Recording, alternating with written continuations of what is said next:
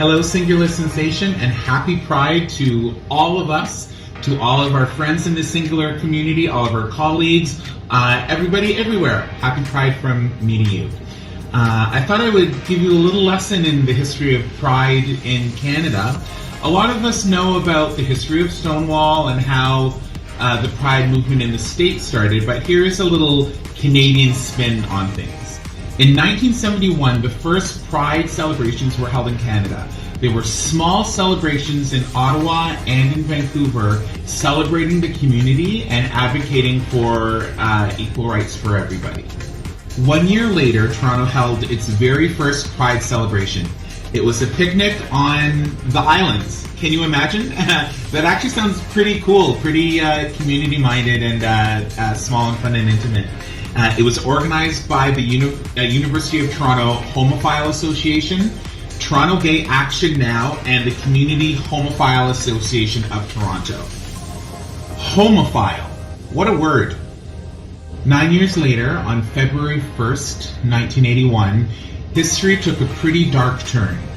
Toronto police arrested almost 300 men in a raid on 4 bathhouses spread across the city.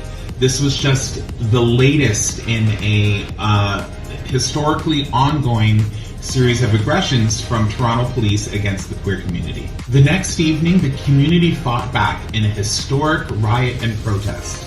You can learn all about this if you Google it. It's on Wikipedia. It's on so many encyclopedias and so many books and media articles. It's a really, really wonderful and fascinating occurrence of the community rising up as one and saying no more shit. The 1981 raids and the protests that followed led to the establishment of Lesbian and Gay Pride Day in Toronto. That very first one, later that same year, attracted a crowd of 1,500 people.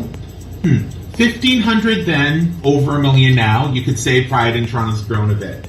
It's interesting that the city of Toronto actually didn't endorse Pride Day until later in the 90s, which is surprising when you think about it, because now Pride is something that we all take for granted. We all know it's coming, we plan our schedule around it, and so many parts of the city, so many businesses and organizations and levels of government get involved with it. Relations between the queer community and Toronto Police Services can still sometimes be tenuous at best. In addition to the 1981 raids, Toronto Police have continued to antagonize the queer community throughout the years, both in the carrying out of the regular duties, as well as raids against the Pussy Palace in 2000 and the Marie Curtis Park sting in 2016.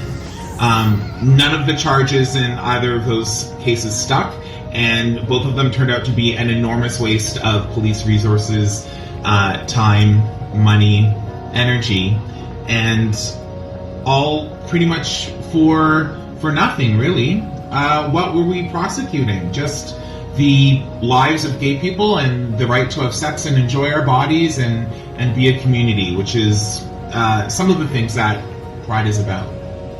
Flash forward to now, when Pride is a massive month-long bacchanal of performance and activism and learning and community and fun and sex and being together and celebrating and marching and parading. Whether you love it more as a small picnic on the island or whether you love it more as the big million-person march that heads down Yonge Street every year, I personally believe Pride is for everybody. I personally believe everybody is welcome at Pride if you come with an open heart and an open mind and a willingness to not judge, and just as importantly, a willingness to learn a little bit of our community history and the willingness to know.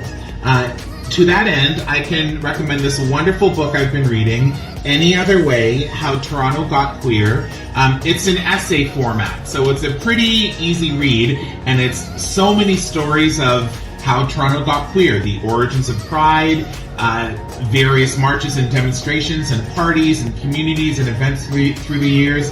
If you're interested at all in our community's history, it's really worth picking up and really worth a read. So because, you know, my grandfather was a teacher and my mother was a teacher, I'm going to assign everybody a little bit of homework this year, this Pride. Maybe pick up Any Other Way, have a little read, maybe do a little Google and see what you can learn about Pride here in Toronto and across the rest of Canada.